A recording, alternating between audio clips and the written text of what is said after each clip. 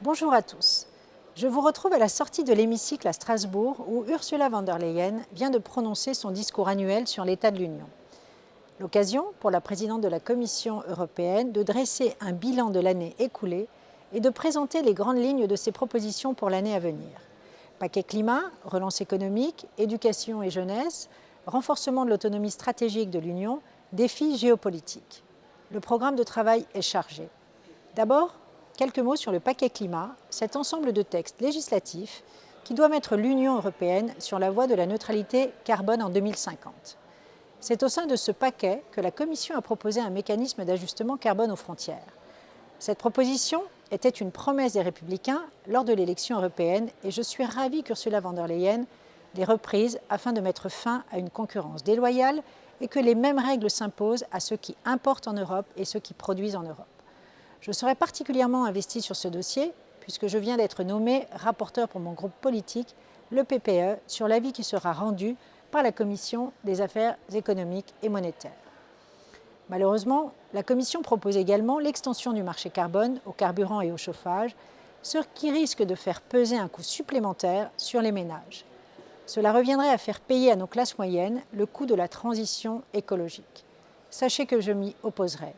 Ensuite, sur la relance économique. Face à la crise économique provoquée par la pandémie de Covid-19, il faut le reconnaître, l'Union européenne n'a pas ménagé ses efforts. 25 États membres ont déjà transmis leurs plans nationaux de relance et les premiers versements ont eu lieu. Mais nous ne réussirons pas notre relance si nous ne misons pas sur notre jeunesse. Or, nos jeunes ont été parmi les plus touchés par la pandémie. Je salue donc les deux annonces d'Ursula von der Leyen. 2022, année de la jeunesse européenne, et la création du programme ALMA, reflet d'Erasmus+, qui permettra aux jeunes défavorisés d'avoir une expérience professionnelle dans un autre État membre. Comme vous le savez, la jeunesse est au cœur de mon mandat et je travaillerai aussi cette année sur un rapport sur la mise en œuvre des mesures d'inclusion dans Erasmus+. Enfin, en tant que membre de la délégation pour les relations avec l'Afghanistan, je suis profondément inquiète de l'évolution de la situation dans le pays et notamment des menaces qui pèsent sur les femmes afghanes. Alors que de nombreux progrès en matière des droits des femmes avaient été accomplis ces 20 dernières années, elles ne doivent pas être oubliées. C'est un devoir moral.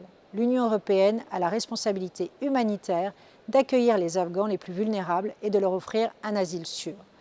Mais la présidente l'a redit dans son discours, nous devons sans aucune concession possible traiter les risques liés à la migration irrégulière en luttant contre le trafic d'êtres humains et en garantissant la gestion des frontières de l'Union européenne.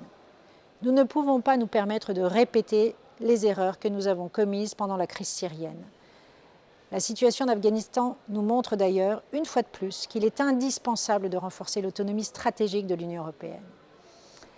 Alors que la présidence française de l'Union européenne débutera en janvier 2022, vous pouvez compter sur mon engagement et sur celui de mes collègues pour que ce moment fort pour notre pays soit utile à la France et à l'Europe. À bientôt.